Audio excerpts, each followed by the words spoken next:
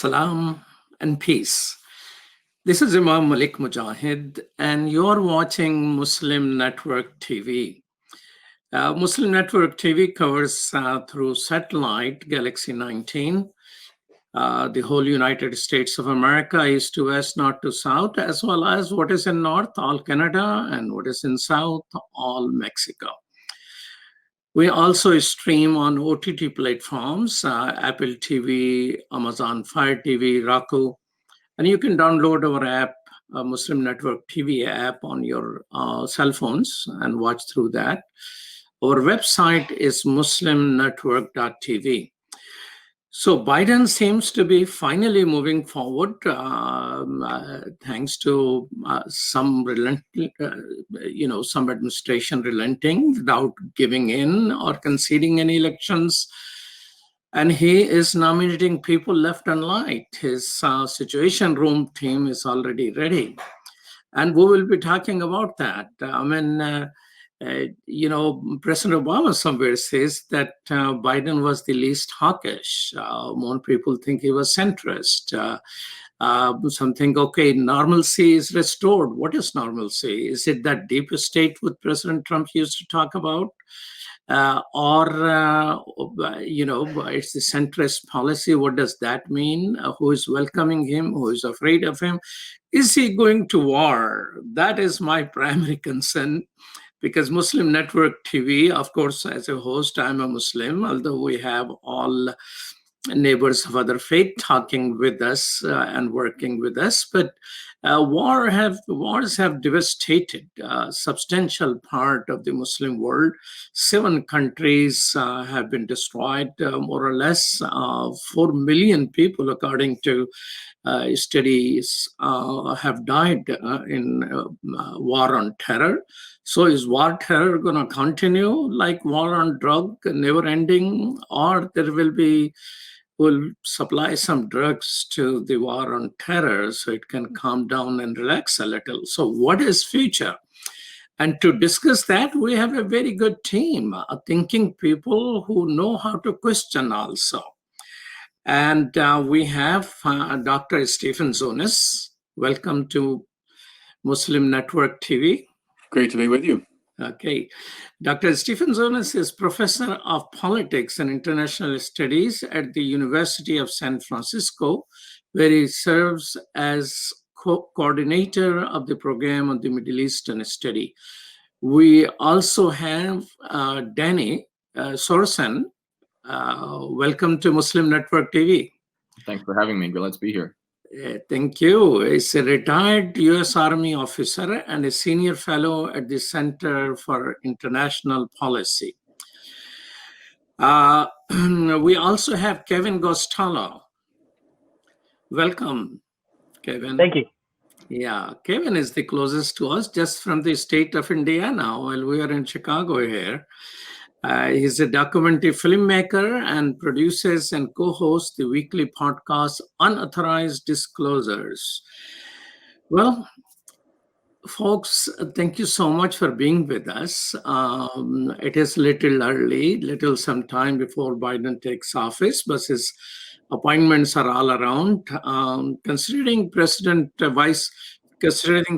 Biden voted against the first invasion of Iraq, but then he voted for the second invasion of Iraq. First one, some people say succeeded, while destabilizing the whole region. And second one, we are still somewhat engaged in there. And he reportedly opposed the invasion of Pakistan to kill bin Laden. So do you think he might be restrained somewhat to go to war, or too early to say, or he's going to be a warmonger? I find it rather... Even if you can start responding, anyone can jump in to add or something. I find it rather striking that Biden supported the Gulf War in 1991, but opposed the invasion of Iraq 11 years later. There are a lot of us who oppose. I thought it was other way around. He opposed the first one. He opposed the Gulf War and supported the invasion. Yes. It's surprising in a lot of ways, because there were certainly those of us who opposed both wars. There are those who supported both wars, and there were a lot of people who supported the Gulf War because it was a response to a clear-cut act of aggression. It was authorized by the UN Security Council. It was pretty clear we'd win a decisive victory, where, of course, the invasion of Iraq was none of those things. So all three of those other three combinations all make sense logically, but Biden's position, it doesn't make sense. It's really hard to figure how you would support, though you would oppose the Gulf War and then support the invasion. I think this is maybe indicative that he is less of an ideologue, but someone who tends to bend with the political winds.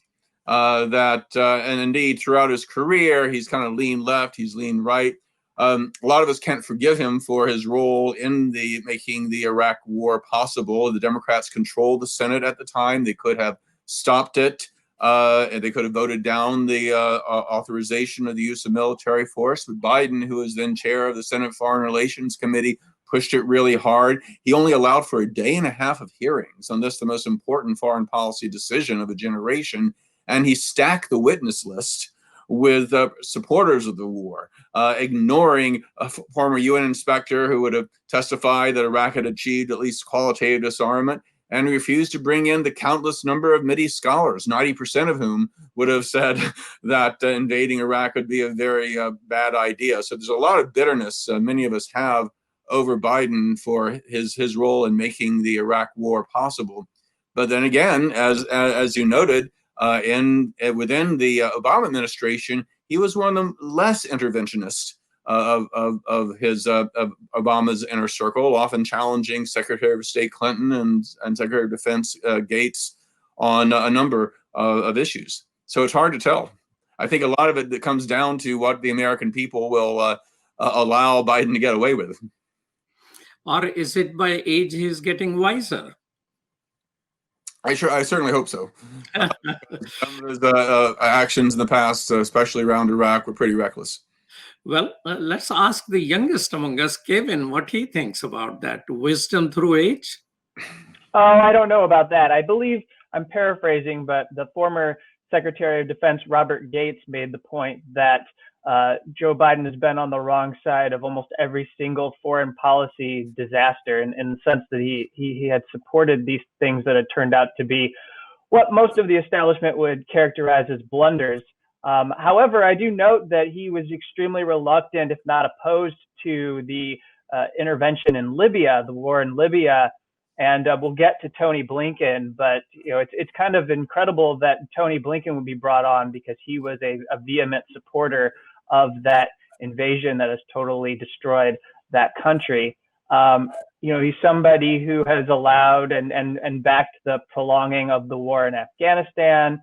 It's clear to me that he embraces the drone program and what became a kind of targeted assassination policy of the Obama administration.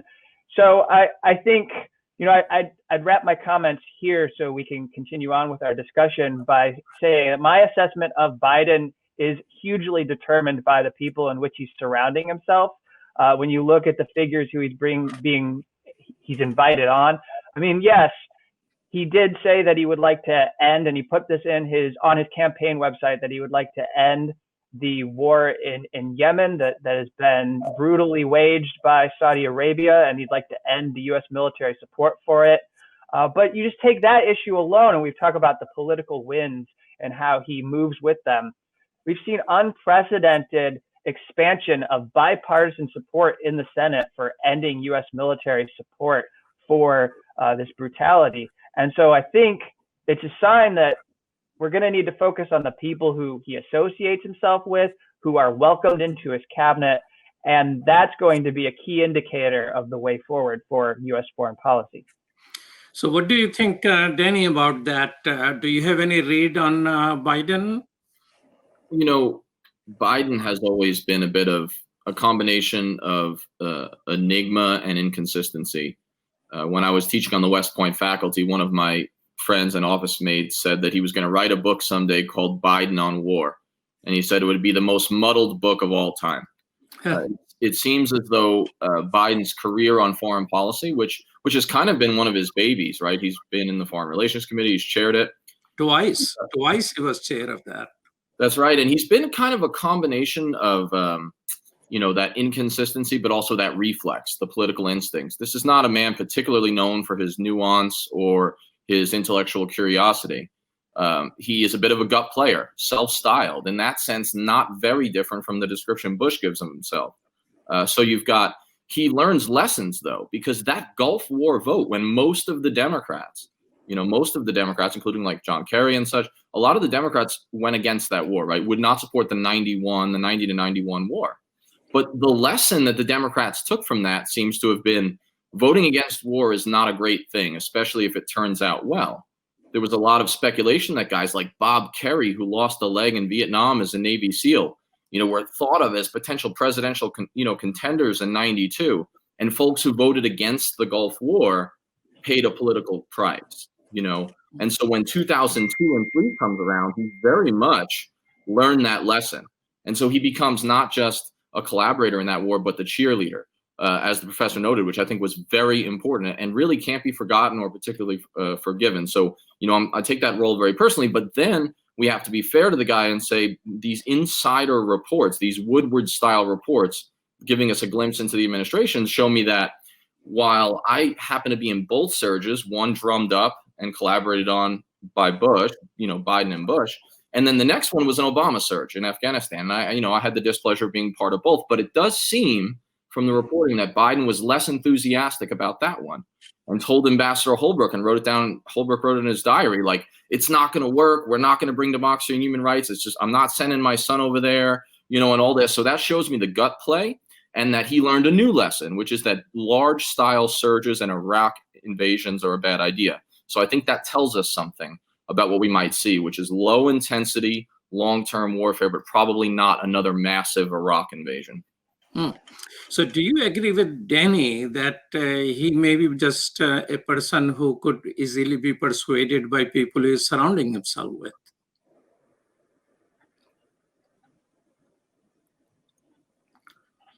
Okay, so that seems to be my question.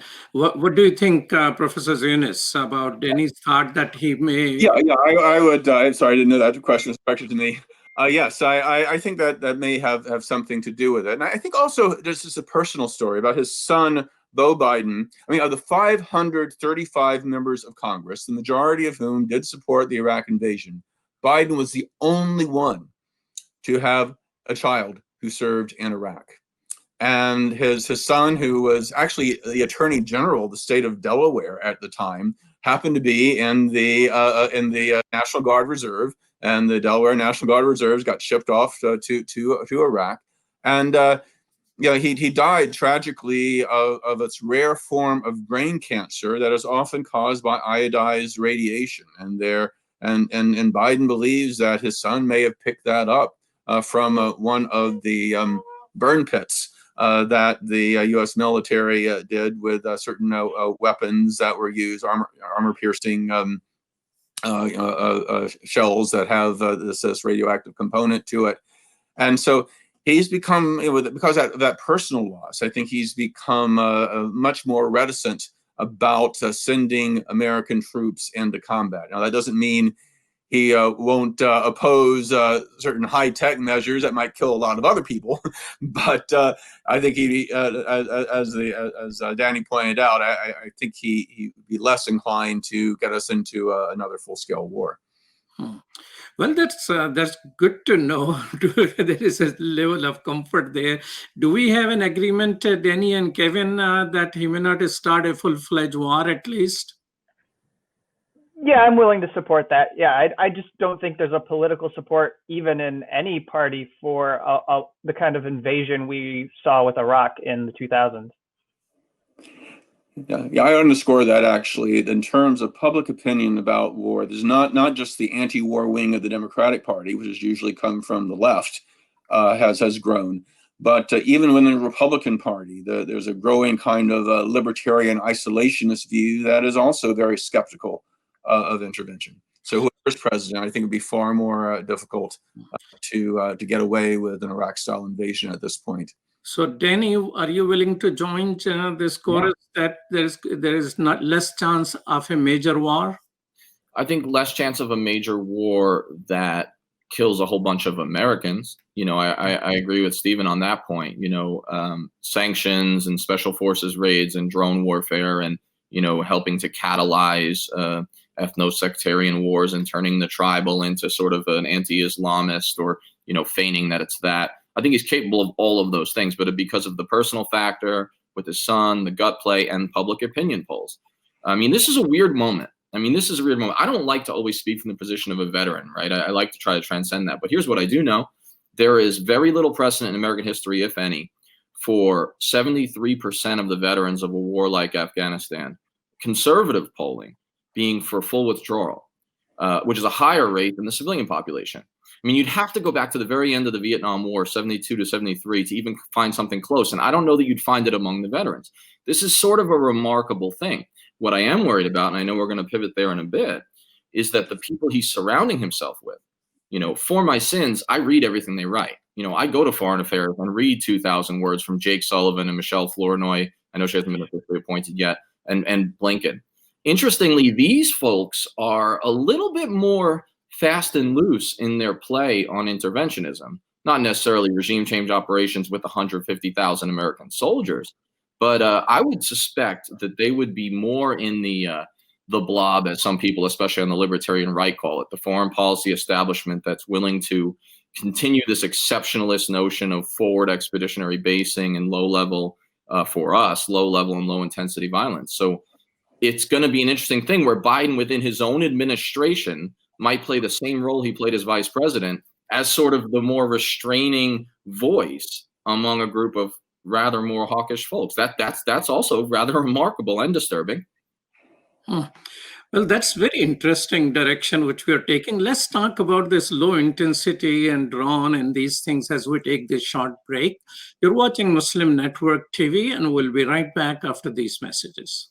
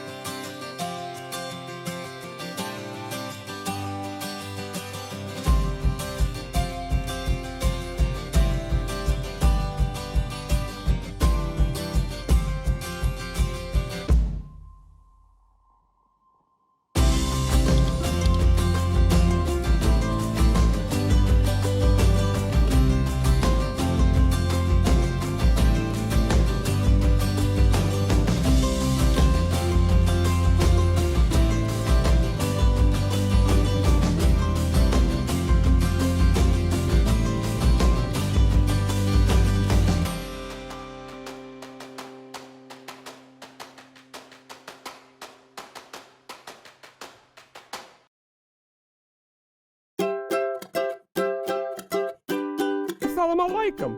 My name is Adam. You remember me? I appeared in so many episodes that Sound Vision has put on the market. No matter what. Hey, what's happening? Hey, oh, sorry. Lockdown is what it is. Well, continuing here. In this lockdown, Sound Vision never stops thinking about you, the viewer. We'll have to get back into production again, online and inline. Everybody in their own space, even me. Although I'm stuck with Lanisa. Salam! Salam! Salam! I know, you were shocked too. Well, let me continue. This is what I was going to say. Salam, salam, salam. Cut. Finally, I get my own screen time again. Thank God. And so we invested in new equipment to bring you even better production with new songs and new singers and animations. Well, here are a few clips.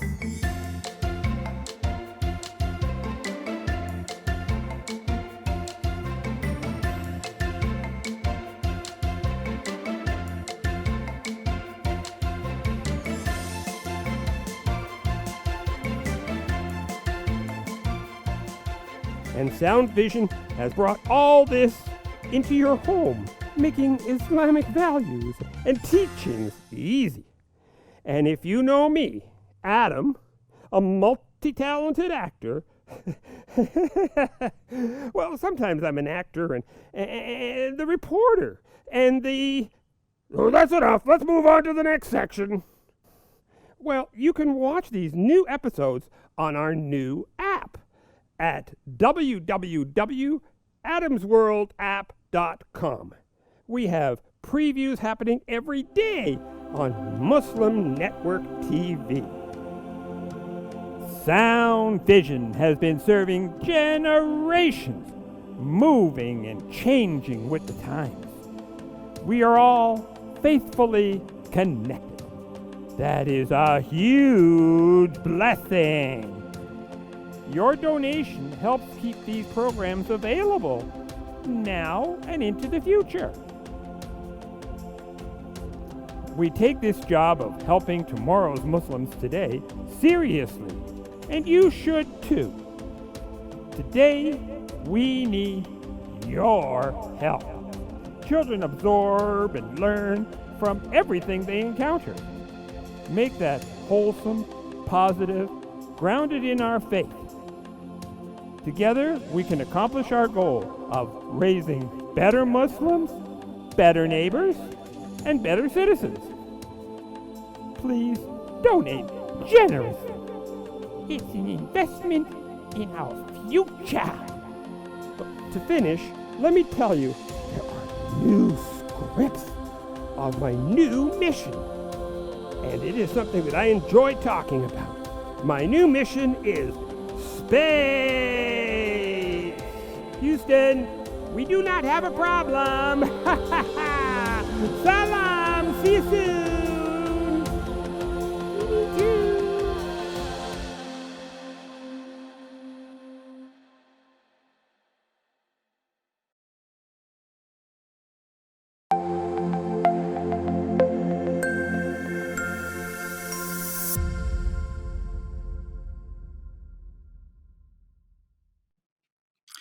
Welcome back to Muslim Network TV. Before we get into, so it is good that we don't expect a major war because there's a position here, the weakness as a country, there are a whole lot of things which are happening, and we're trying to come out as a good guy. We're willing to work with everybody out there and things like that. So we'll talk a little bit about the low intensity risk of the continuing, warfare and low smearing war, which has a lot of misery for people who are involved in there. But before that, let's talk about who is in the Situation Room. What anyone of you has any take on Mr. Blinken? I mean, it is said that he was the one who persuaded somehow Biden in support of the second invasion of Iraq. Well, Blinken is a rather disturbing choice, in my view, because of his hawkish views. Certainly around Iraq, as mentioned earlier, unlike Biden, he supported the intervention in Libya's civil war, which compounded the damage. I am also very disturbed at his strongly ideological perspective of supporting the Israeli occupation. He's been one of those who has long pushed this idea that supported also by Biden himself, that the billions of dollars of U.S. aid to Israel should be unconditional on any Israeli behavior, no matter how egregious the violations of human rights or international humanitarian law. He has blamed the Palestinians for the breakdown of the peace process, even though the Palestinians have pretty much agreed to everything that John Kerry put forward in the last peace offensive back in 2015. The one positive thing about him is I think he has been less inclined to give a blank check to the various Arab dictators. Biden seemed to be actually backing Mubarak up to the final hours of his presidency in Egypt, whereas Blinken, I think, has been much more prone to question both on moral reasons, but also in terms of the longer term strategic interests, what the U.S. gains from supporting autocrats. But the other plus for him, of course, is that he is an internationalist. He's had a lot of experience. He will undo a lot of the damage done to the State Department by Rex Tillerson and Mike Pompeo, who did enormous damage both internally, within the State Department itself and the diplomatic corps, but also, of course, our relations with traditional Democratic allies. So he'll do some good there. But overall, again, his hawkishness is quite disturbing, especially when the State Department, being focused on diplomacy, should be the wing of the government that is less prone to supporting militarism and intervention. Kevin, do you have any idea about Linda Thomas Greenfield? Some people are saying that she is the deepest in the deep, what do they call it, deep state? Yeah, I don't know if I necessarily would endorse that view. It may be a little bit alarmist, but my concern about her as someone who comes from the Bureau of African Affairs and working in that part of the State Department is that she is a loyalist of Susan Rice. And Susan Rice is someone who we know has been an ardent supporter of interventionism. Almost every modern war in the last 10 to 15 years is one that she has backed herself. I am concerned about Linda Thomas Greenfield. She's going to be potentially the U.S. ambassador to the UN. This is what announced. She's going to be U.S. ambassador to the United Nations.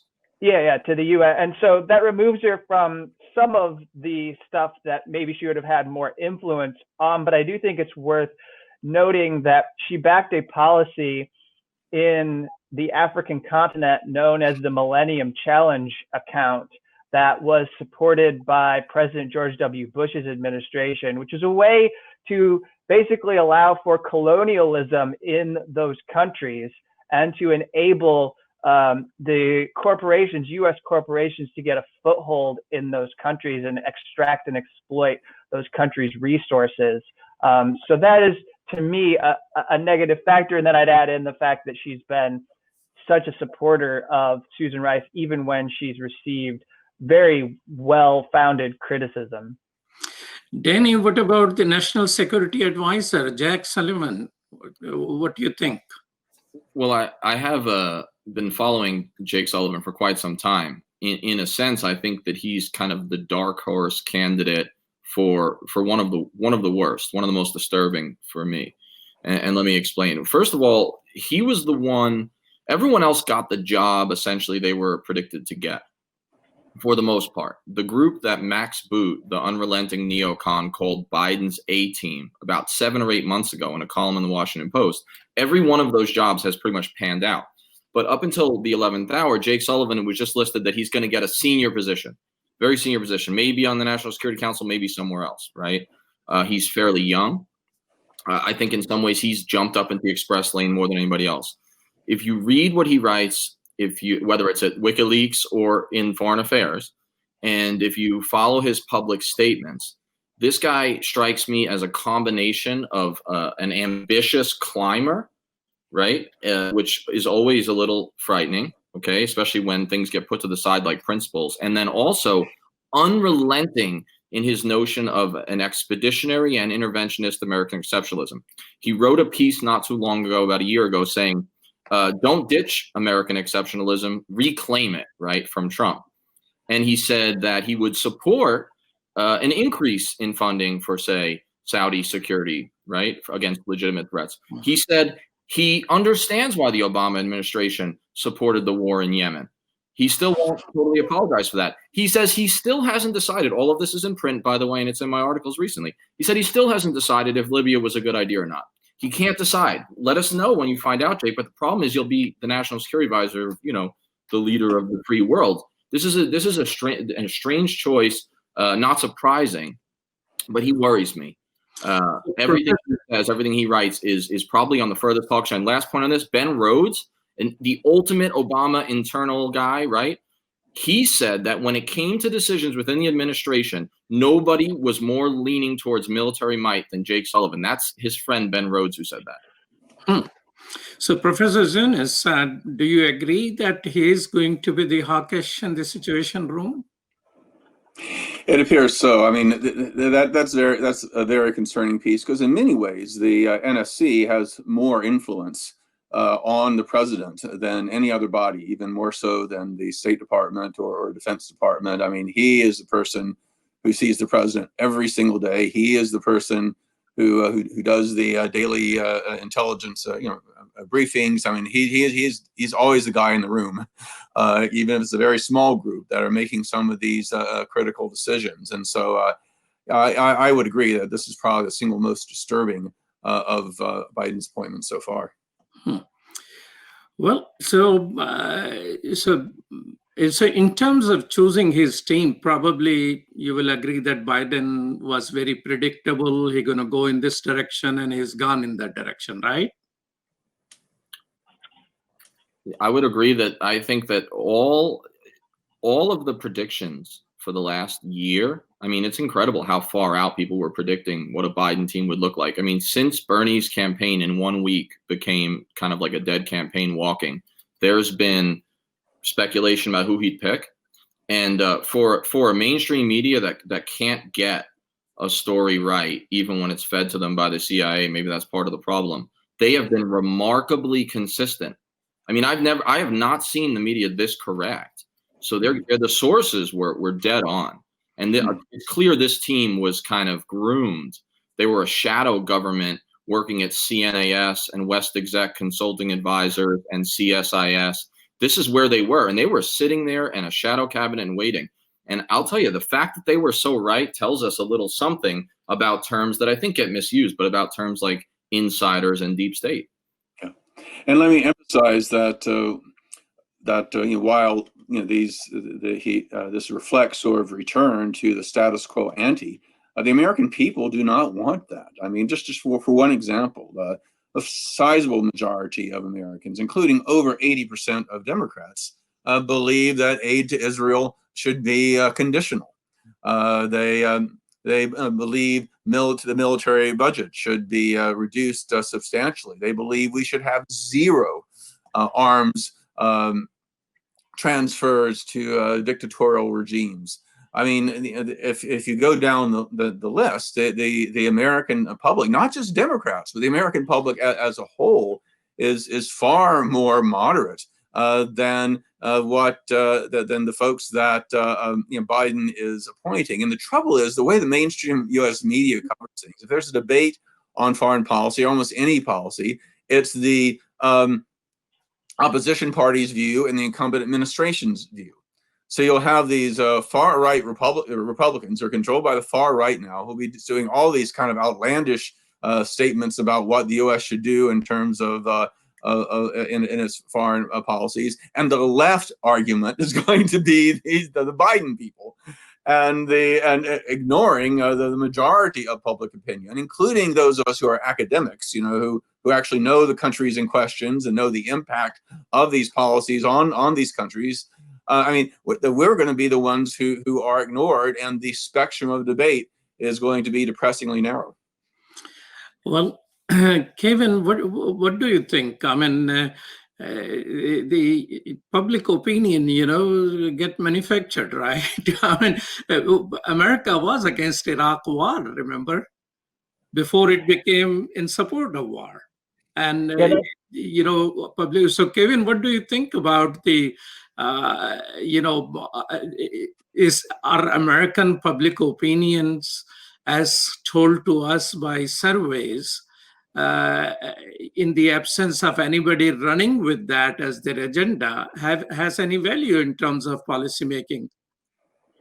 Yeah, I think that's why I just want to take a moment to focus on these organizations where these people are coming out of. I mean, for one, West Exec Advisors is a highly secretive firm, and Politico just ran a pretty good report that focuses on how, because of the way they've organized themselves, they don't have to register as lobbyists or foreign agents of any government. So we really don't know the kind of work that West Exec Advisors, this is where Tony Blinken and potentially if Michelle Flournoy is appointed to be the Secretary of Defense, this is where they came out of the work they've been doing. We also have at least 3 or 4 people in the orbit of Joe Biden that come from the Albright-Stonebridge group, which is Madeleine Albright, who was Secretary of State, and this is the firm that she founded, and that's an opaque group as well. Linda Thomas Greenfield was working for that firm. And, I still have a lot of question about how people associate with Madeleine Albright when, she's a pretty hawkish figure, and she's notorious and well known. A lot of people among our circles typically reference her quote from 60 Minutes when she told Leslie Stahl that if 500,000 children died from sanctions, as Leslie Stahl put to her, that then the price was worth it, that it was worth it to kill that many people in Iraq in order to fight for regime change against Saddam Hussein.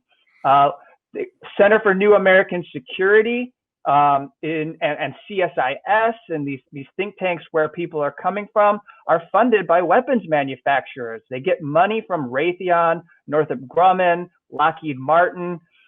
They get money from fossil fuel companies like BP and Chevron. They get money from the big banks. And so you look at the policy and you see that the way the world is organized, the most pressing threat to me isn't coming from the great powers that we're told we have to oppose in a Russia or China, but it's coming from the collective threat we all face from this climate emergency that is staring us down. And yet you see the people who are being brought on board are the most implicated in this. And that, to me, is the existential crisis to everyone from all demographics.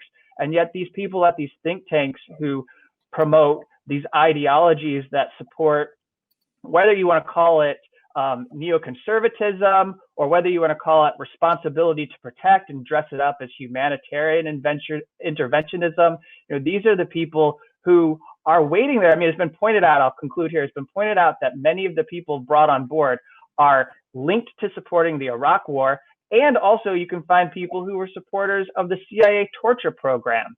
And I think that is hugely alarming. You're watching Muslim Network TV, and we're talking about the possible Biden foreign policy and the people he has appointed for the Situation Room. We'll be right back after these messages.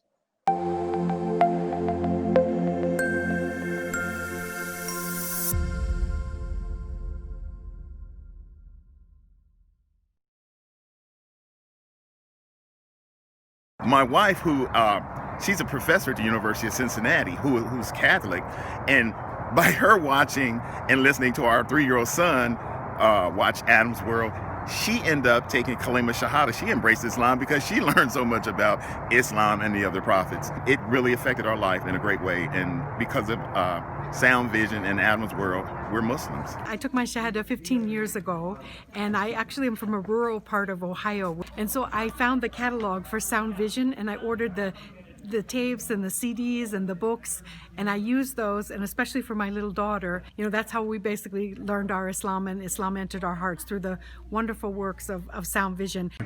Okay, assalamu alaikum, brother. I just want you to know that I love the Sound Vision website, that a lot of times when I'm looking for information, especially as it relates to homelessness, domestic violence, and women issues, I go to that website, and then I see what you've written, and then I copy and paste it and spread the word, because the wisdom is there. So I can't do any better than what Sound Vision has already done. Sound Vision is our survival guide. It is the organization that provides skills for Muslims how to survive and thrive in this community here in the US. Assalamu alaikum, my name is Anam, I'm in 11th grade, and I grew up with Adam's World, and what it taught me was unity, respect, and love for the Muslim Ummah. Adam's World is the greatest show ever made. Take me to the Kaaba, man. I love that puppet.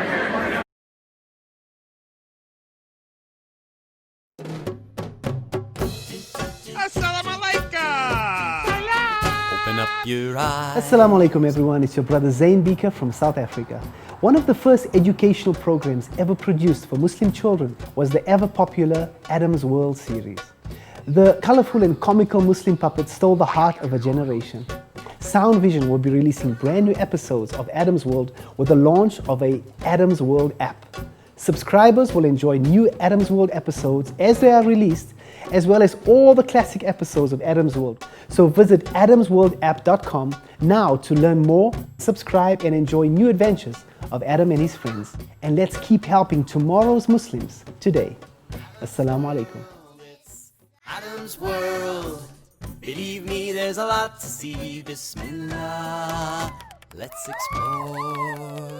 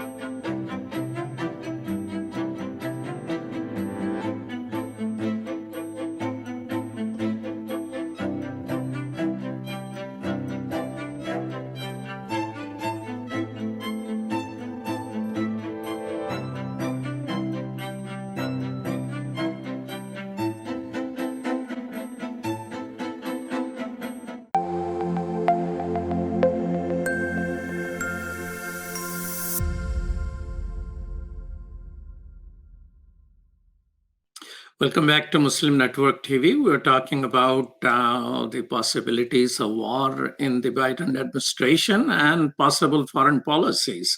So we agreed that there may not be possibility of a large-scale devastating war, but existing war and low-simmering wars may continue.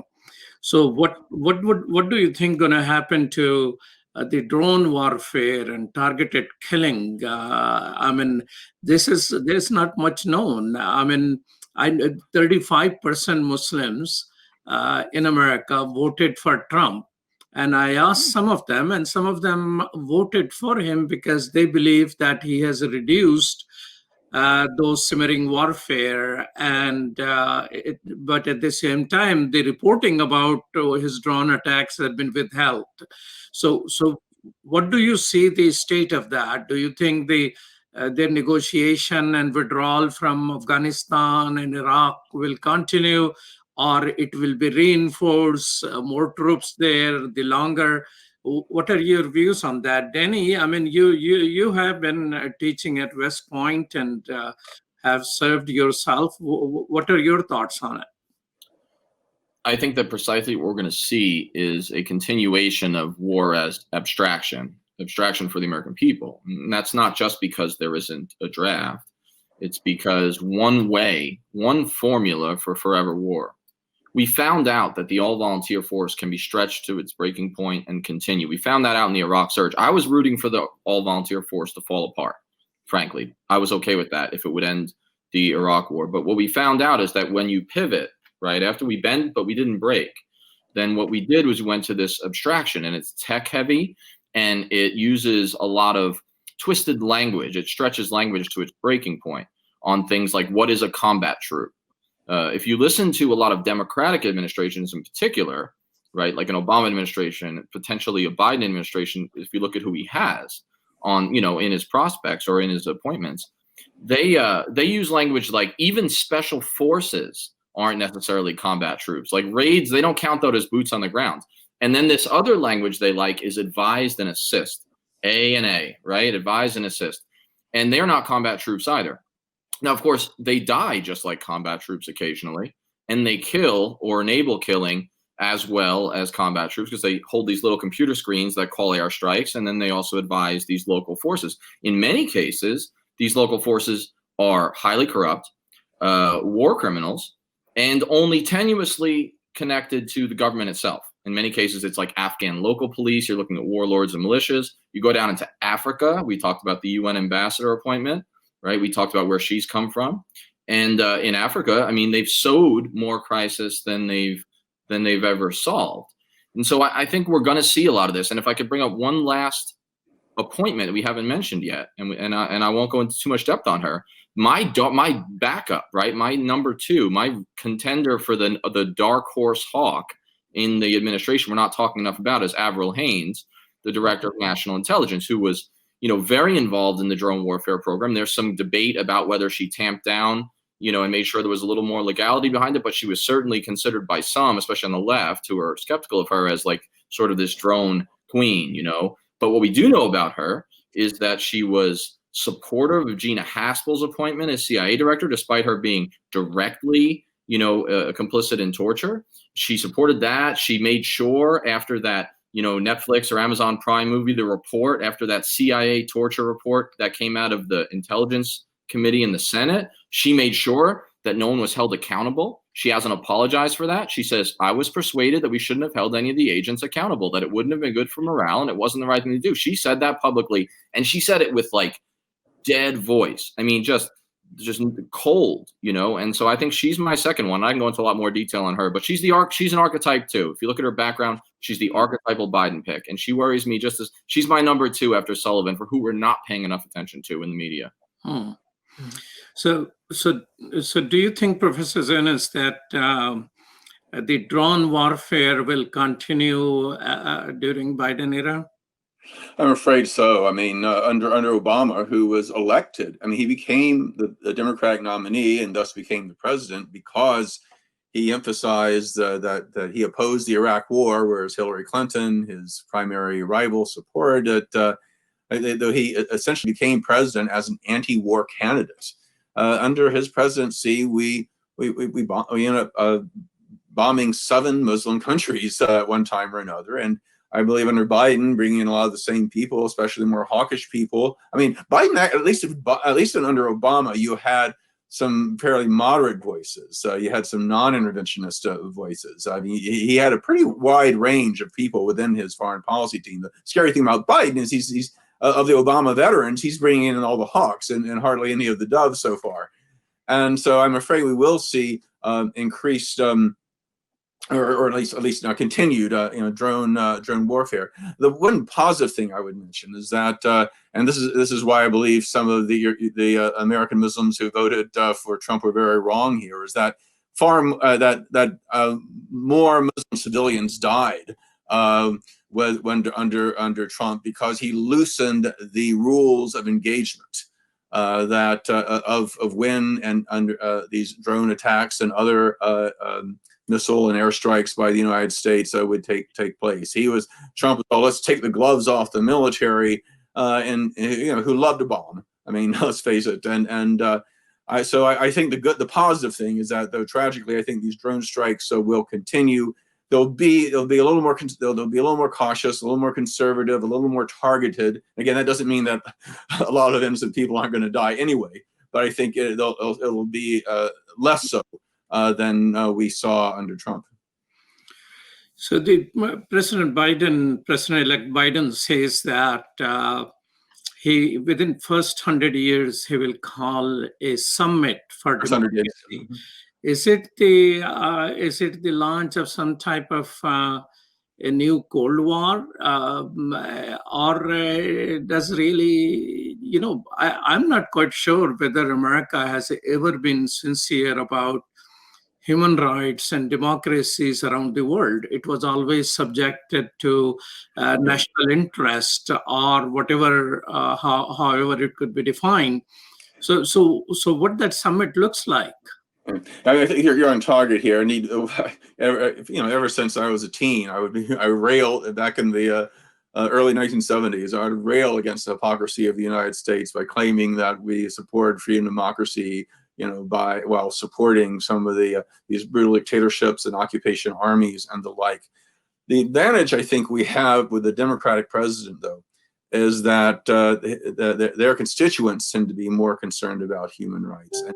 And because Biden has put up a higher standard, saying we will not cozy up to dictators, and we're getting away, that we are more about values and not just these narrow transactionalist things. The Trump administration, the rhetoric that Biden has put out, though phony, I would think, I think it was safe to say, nevertheless, kind of provides an opening.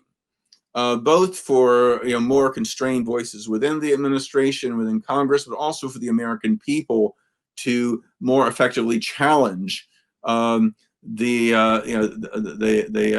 tendency by Biden's more hawkish appointees to continue this kind of policies of supporting human rights abusers. One of the major challenges, I'm trying to think what that democracy summit looked like.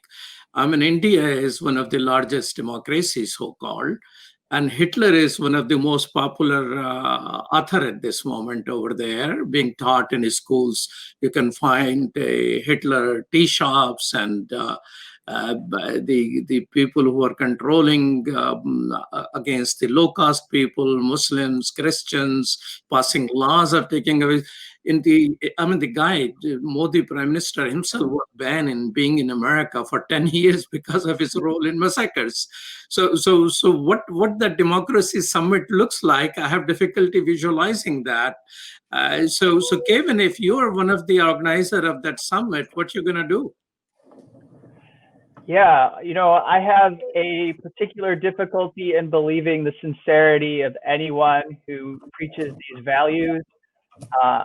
And I don't want to go back over anything that's already been said, but we have seen the list of people who are providing national security briefings to Joe Biden. And I just would like to take a moment to quickly mention a couple individuals who are troubling. This goes back to the conversation we had about drones. Bill McRaven is providing a national security briefing, and he's a big proponent of the sort of warfare that Danny has been talking about. And then you see General Stanley McChrystal is actually involved in the national security briefing. And I see Danny shaking his head. That's the kind of reaction that I had when I saw his name. Stanley McChrystal is someone who was enamored with the kind of ideology promoted by Donald Rumsfeld and Dick Cheney. He ingratiated himself to those folks. He believed, he convinced himself that a caliphate was forming, that there needed to be a sort of crusade and a mobilization to stop, kind of Muslim spread of dominance through the world. And he believed in that kind of force that needed to be used. And he became the person who commanded Joint Special Operations Command. And he oversaw a torture prison in Iraq called Camp Nama that was riddled with all kinds of abuses and torture, that even the CIA general counsel who visited said, we're not doing this to people, and was baffled and aghast at what he was seeing. You can read about this. I really encourage you. I think we all are going to need to revisit some of the literature from the Obama era. I've been refamiliarizing myself with Jeremy Scahill's exceptional work, Dirty Wars, which documents General Stanley McChrystal and Admiral Bill McRaven and the kind of warfare that they support. What I'll say about Bill McRaven, well, first off, General McChrystal denied that anything had happened in this facility in his memoir.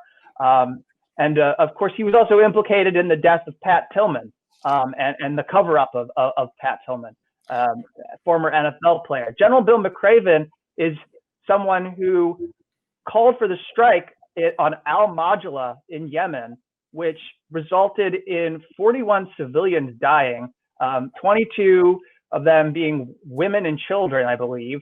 And there's a lot of eyewitness accounting in Jeremy Scahill's book from people going to the scene and seeing just goats and sheep and people strewn about on the ground and not being able to recognize anything in the carnage. That was a total disaster, really kind of a mark of the beginning of Obama's drone program, so to speak. And yet there's been no reckoning with it. And that's Bill McRaven. These are two people who are providing briefings to Joe Biden. Danny, what do you think? Do you think that this democracy summit, which he wants to do in first 100 years, is going to be a corner store of pushing China back? And will President Biden going to bring back TPP and those type of elements in South China Sea? Unfortunately, I've been saying for a long time, I've been, boy who cries wolfing, except I think I've been right every time, that my biggest fear in a democratic transition, and I didn't want to see Trump reelected, my biggest fear is that they start believing their rhetoric, or feel obliged to follow through on it. So if everything was about Russia for 4 years, and if everything was about out-toughing, you had an election this year where both sides were trying to out-hawk each other on China. This scares me. Right. And then if you look at Michelle Flournoy in Foreign Affairs, her article, everyone should read it. It's recent and it's about how to handle China. And she says we have to make sure that we give the Pentagon what they need to be able to sink the entire Chinese fleet in 72 hours. She wrote that with a straight face. It wasn't The Onion. It was Foreign Affairs. So this does concern me on a number of levels. I fear that this democracy summit is just another word for creating this idea of we're going to pull India, for example, and other countries out of their non-aligned tradition, their non-aligned movement during the Cold War, which is dead, right? Which is dead. India is not that anymore. And we're going to use the world's largest democracy as a balancer, right? It's going to balance China. So it's going to be couched in democratic rhetoric, but what it really is geopolitics. And of course, I'm working on a piece right now that's tentatively titled India Balancer or Basket Case. And I think you can guess that I'm going to tack more towards the right, because as you mentioned, this is a flawed at best democracy, if you can even call it that. And we're dealing with a Hindu chauvinist government that is tacking further and further right. All of this is highly concerning. I do have to say about McChrystal, this is someone we need to pay attention to. The JSOC team of McChrystal, McRaven, right? They both have MC starting their name, and they both come from the JSOC snake oil salesman group. And what's the snake oil they were selling us? Counterinsurgency can solve everything. Over-promising, under-delivering, using polite and urbane language that really covers the dark side of coin, which is that it's highly bloody, it takes forever, and it always ends with a dead Yemeni baby. And they don't tell you that. They don't talk about it. And our media focused on the personality cosmetic. Oh, McChrystal eats 1 meal a day, and he runs 10 miles from Brooklyn to the Council of Foreign Relations. What a grand fellow. But if you look at the record and you just scratch a little bit on the veneer, you find Pat Tillman, you find torture prisons, you find drone strikes. And I think we have to reject this. And I'm afraid that Biden is going to be influenced by the personality of these guys, which is captivating and charismatic. I want to end up with you, Professor Zunes, for you to reflect. I mean, we just got a couple of minutes. I'd like you to reflect on all the progressives and Sanderites and AOCs and a big platform within Democratic Party. A whole lot of people support the humane treatment and the Palestinian rights. What do you see? What role these people will be able to play in the Biden administration when it comes to foreign policy warfare? I'm afraid they won't have any role in the Biden administration, but I do think that there can be influence. I think that indeed, if you look at every single shift in U.S. foreign policy to the better, getting out of Vietnam, accepting the Central America peace plan, getting serious about nuclear arms control, finally placing sanctions on apartheid South Africa, ending the support for the Indonesian occupation of East Timor, getting us mostly out of Iraq. I mean, you go down the list, it was not enlightened figures within an administration, but it was the American people pressing it and getting progressive members of Congress, sometimes belatedly, to come along and do so. And so I really do think we can do so again. There's no issue at all where there's a greater gap between the American people and the incoming Biden or the outgoing Trump administration than in the area of foreign policy. My main concern, though, is that due to the COVID pandemic, due to the economic collapse here in this country that has exacerbated the huge inequality in America, and of course environmental concerns, and particularly around climate change. That's where almost all the energy is going to go, and as a result, it may enable the Biden people to get away with a far more hawkish, militaristic, interventionist foreign policy than they might otherwise have. And that's why I think it's really good and important that people like yourselves and the more independent media have allowed for opportunities for people like us to raise these concerns and to raise awareness in the hopes that we can indeed mobilize the American people to take an active role on foreign policy issues and to minimize the damage that the Biden administration may do.